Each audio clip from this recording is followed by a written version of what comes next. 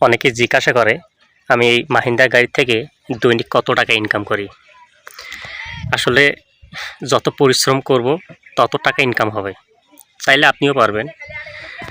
আমি আমার এই যে পিছনে যে গাড়িটা দেখা যাচ্ছে, এই গাড়িটা আমি লোড করব। গাড়িটা আমার লোড করতে সর্বোচ্চ সময় লাগবে 40 মিনিট। আমি যদি ধীরে ধীরে বাড়াই 50 মিনিট পার হবে না। আচ্ছা বাদ দিলাম, 50 মিনিটও বাদ, সর্বোচ্চ 1 ঘন্টা। 1 ঘন্টা লাগবেই না, ধরেন 1 ঘন্টা। আমি যদি 1 ঘন্টা যদি একাই লোড করি তাহলে আমার টাকা আসবে 300। যদি 2 ইনটু যাই তাহলে 500।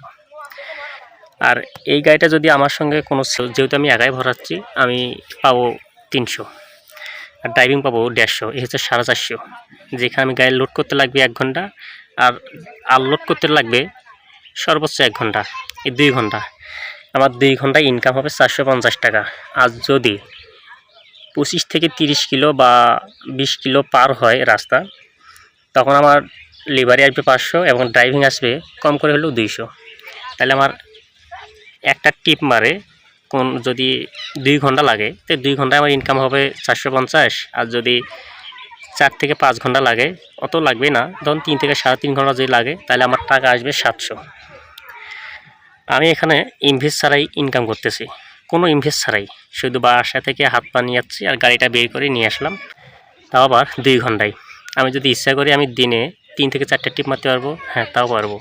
এখন অনেক রোদ, এই জন্য বেশি চাপ নেই না, আর টিপ বেশি একটা নেই। বেশি টিপ যদি থাকে তাহলে আমি লিভার নেই সঙ্গে। তো এখন যেহেতু টিপ কম, আমি একাই আসলাম। তারপরে একটা ছেলেকে বললাম, ও আসবে না, রোদ দেখে আসবে না। বেশি দূর যাবো না, এই তো পীরগঞ্জেই যাব। পীরগঞ্জ থেকে আপ ডাউন করতে আমার সময় লাগবে 1 ঘন্টা, গাড়ি লোড করতে লাগবে 1 ঘন্টা, এই হচ্ছে 2 ঘন্টা। তাহলে আমার 2 ঘন্টায় ইনকাম হচ্ছে 450 টাকা।